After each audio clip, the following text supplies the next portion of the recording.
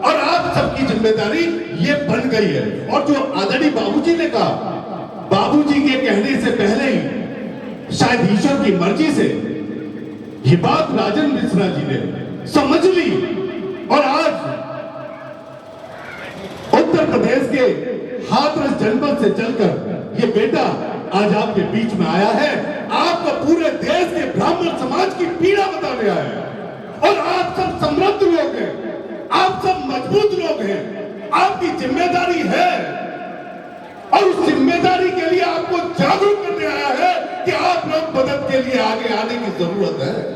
आज पूरे देश में ब्राह्मण परेशान है, ब्राह्मण का उत्पीड़न हो रहा है। अरे भाई कैसा अच्छा लगेगा, एक भाई मजे से पनीर खाएगा और दूसरे भाई में लाठी मार के जेल में कर डाला जाएगा, कैसे हमको अच्छा लगेगा? सोचिए जरा। आज वही स्थिति देश में ब्राह्मण समाज की है।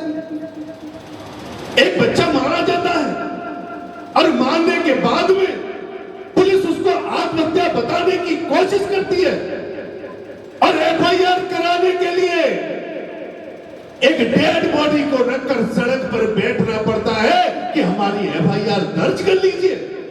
इतनी बुरी स्थिति हमारी, हमारा बच्चा मारा जाएगा और बच्चा मारे जाने के बाद में एफआईआर कराने के लिए हमको सड़क पर बैठना पड़ेगा।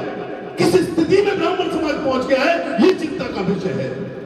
यहां सोचने की आवश्यकता है और अगर आज नहीं सोचोगे, निश्चित सोच लीजिए इस बात को। अगर आज आपको ये लगता है ये दूसरे के बच्चे की बात कर रहे हैं, ये और किसी ब्राह्मण की बात कर रहे हैं, तो आप इससे बच नहीं सकते हो। अगला हमला आप पर होने वाला है, आप कितने भी समृद्ध हो।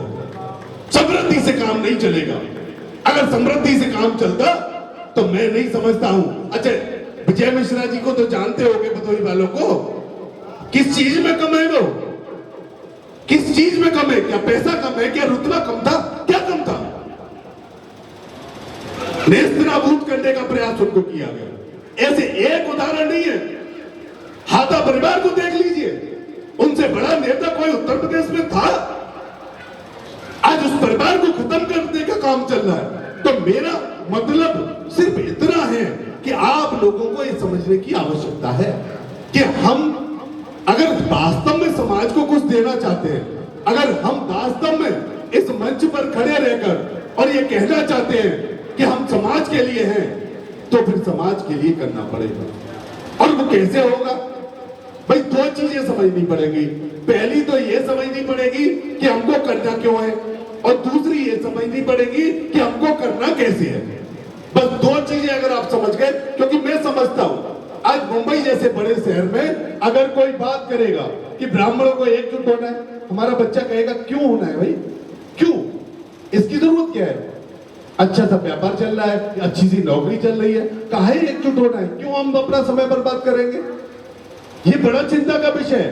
तो इसको समझने की आवश्यकता है। आज के पूरे जो माहौल में 15, 25 और 85 की बात चल रही है ना, ये बात कोई यहां से नहीं चली है, इसको समझना पड़ेगा। ये बात जो चली है, ये बात उन शक्तियों के द्वारा चलाई गई है जो इस देश को तोड़ना चाहते हैं, जो इस धर्म को तोड़ना चाहते हैं। अमेरिका कहता है, बाबूजी अमेरिका कहता है, अमेरिका का संसद का बयान, क्या बयान है? भारत इसलिए पीछे है क्योंकि वहां के दलितों और पिछड़ों का सारा माल ब्राह्मण खा जाते हैं। ये अमेरिका की संसद का बयान है। क्या वो संदेश देना चाह रहे दलितों और पिछड़ों को? वो संदेश ये देना चाह रहे हैं कि आपके जितने भी जो आपका हक है वो ब्राह्मण खाए जा रहा है, इसको तोड़ दीजिए, उनसे लड़िएगा। यानी हमारे खिलाफ हमारे लोगों को खड़ा करने का काम किया जा रहा है और हम समझ ही नहीं पा रहे कि हो क्या रहा है। इस देश को और धर्म को तोड़ने की साजिश चल रही है और बड़ी साजिश चल रही है। और वो इस जब हम आज के प्रदर्शन में हम इसको देख रहे हैं ना, तो हमको लगता है वो कामयाब भी होते जा रहे हैं। ये सच्चाई है। पूरे समाज में ब्राह्मणों के खिलाफ जहर भरा जा रहा है। देश की बड़ी बड़ी यूनिवर्सिटीज में नारे लगते हैं ब्राह्मणवाद मुर्दाबाद, और हम घरों में सोए रहते हैं। शर्म की बात है हम लोगों के लिए। हम घरों में सोए रहते हैं और यूनिवर्सिटीज में नारे लगते हैं, ब्राह्मणवाद मुर्दाबाद, ब्राह्मणों देश छोड़ो। ये क्या है? ब्राह्मण विदेशी मूल का है, ब्राह्मण यूरेशिया से आया है। ये सब नारे यूनिवर्सिटीज में लगते हैं और हम सब लोग घरों में सोए रहते हैं। अच्छा, ये एक बात बताइए, ब्राह्मणों के खिलाफ अगर नैरेटिव सेट हो गया, अगर पूरे समाज ब्राह्मणों के खिलाफ खड़े हो गए, ना समृद्ध बचेगा ना गरीब बचेगा, कोई नहीं बचेगा, सारे ब्राह्मण प्रताड़ित होंगे।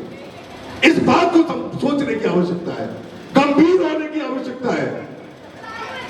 इस ब्राह्मण सम्मेलन का, सवर्ण सम्मेलन का मतलब ये नहीं है कि हम आए और मंच पर हमने स्वागत कराया अपना और हम पूरी खाए और चले गए। अगर हम ऐसा करते हैं, अगर इस सम्मेलन से हम थोड़ी सी भी जागरूकता और थोड़ी सी भी विचारधारा लेकर नहीं जा रहे हैं, तो ये समझ लीजिए कि राजन मिश्रा और तिवारी, निशा तिवारी ने जो प्रयास किया है, हम उसको खत्म करके जा रहे हैं। उसके कोई मायने नहीं है इस हॉल से निकलने के बाद में। क्या मतलब रहेगा? हम पूरी खाए चल दिए, हमें यही नहीं पता कि हम आए क्यों थे और क्या हमारा मकसद था और इस सम्मेलन में हमको क्या करना था, हमको कुछ नहीं पता है। इसलिए आप सब लोगों को जागरूक होने की आवश्यकता है। और बड़े विषय है ये, बहुत छोटे विषय नहीं है। और इसी का परिणाम था जो मैंने कहा था बाबूजी, कि नैरेटिव अगर सेट हो गया, सरकार भी वही काम करने लगेगी।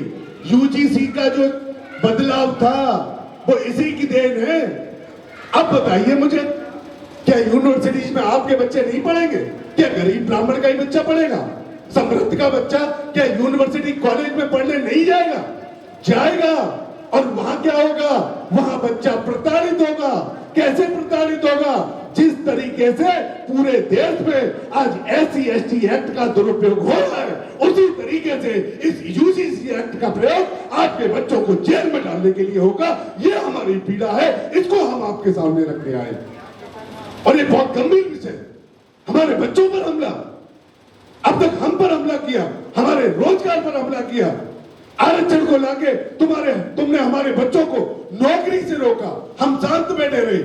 SC/ST एक्ट का कानून बनाकर हम लोगों को जेल में डालने का काम किया, हम खामोश बैठे रहे। लेकिन आज जब हमारे बच्चों की बात आई है, हमको उठ के खड़ा होना पड़ेगा। और इसीलिए उठ के खड़े हुए और आज पूरे देश में इसका विरोध हुआ और विरोध का परिणाम आपके सामने है। अभी भी सरकार ने वापस नहीं लिया है, कोर्ट ने उस पर रोक लगा दी है, लेकिन वापस नहीं लिया गया। तो चीजें इतनी चिंताजनक है। और अगर आज भी आप घर बैठे रहे, अभी तो UGC आया है, कल और कोई कानून ऐसा आ जाएगा कि आप लोगों को प्रताड़ना सहनी पड़ेगी। मैं आपको एक छोटा सा विषय बताने जा रहा हूं। आज उत्तर प्रदेश में, बिहार में, राजस्थान में, मध्य प्रदेश में, 4 राज्यों से मेरे पास लगभग कोई ना कोई रोज फोन आता है कि भैया मुझ पर फर्जी SC/ST एक्ट लगा दिए और मुझे पुलिस जेल भेज रही है, कोई बचने का काम नहीं है। तो उन जगह पर आप सोच लीजिए क्या स्थिति होगी। अगर मान लीजिए हमारा खेत है, हम ब्राह्मण हैं और दूसरे की भैंस अगर हमारे खेत में आ गई और अगर हमने उसको बाहर निकालने का प्रयास किया, तो उसका मुकदमा हम पर लग जाएगा और हम जेल चले जाएंगे। ये व्यवस्था पूरे देश में लागू है। और इस व्यवस्था को जब मजबूत किया गया, हम लोग क्या करते हैं? हम लोग पार्टी की, या तो पार्टी के साथ खड़े होते हैं या पार्टी के खिलाफ खड़े होते हैं। हमें अमेरिका से सीख लेनी चाहिए। आप सब लोग प्रबुद्ध व्यक्ति हैं, आप सब लोग पढ़े लिखे व्यक्ति हैं, आप सब लोग जागरूक व्यक्ति हैं। इसलिए आपसे अनुरोध कर रहा हूं, हम लोगों को करना क्या चाहिए? अगर हम किसी को सरकार में बिठाते हैं, अगर हम किसी की सरकार बना रहे हैं, अगर वो गलत कर रही है तो उसका विरोध करना चाहिए, और अगर वो फिर सही कर देती है तो फिर उसका समर्थन करना चाहिए। यह काम करने का तरीका हम लोगों का होना चाहिए। लेकिन हम लोग क्या करते हैं?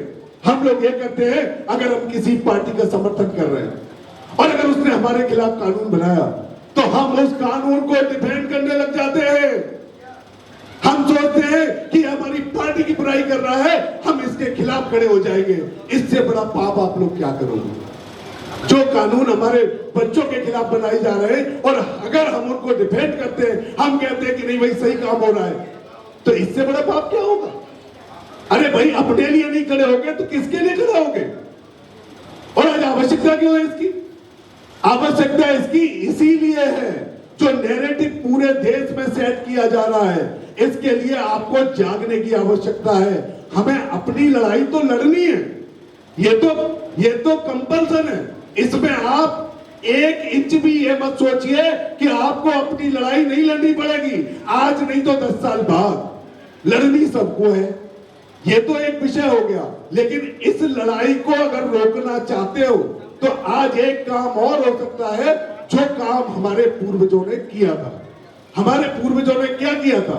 गांव में ब्राह्मण से लेकर बाल्मीकि तक सबको एक साथ रखने का काम किया था, और अगर कोई पथभ्रष्ट हुआ था उसको समझाने का काम किया था। वो कैसे होगा? वो होगा कैसे?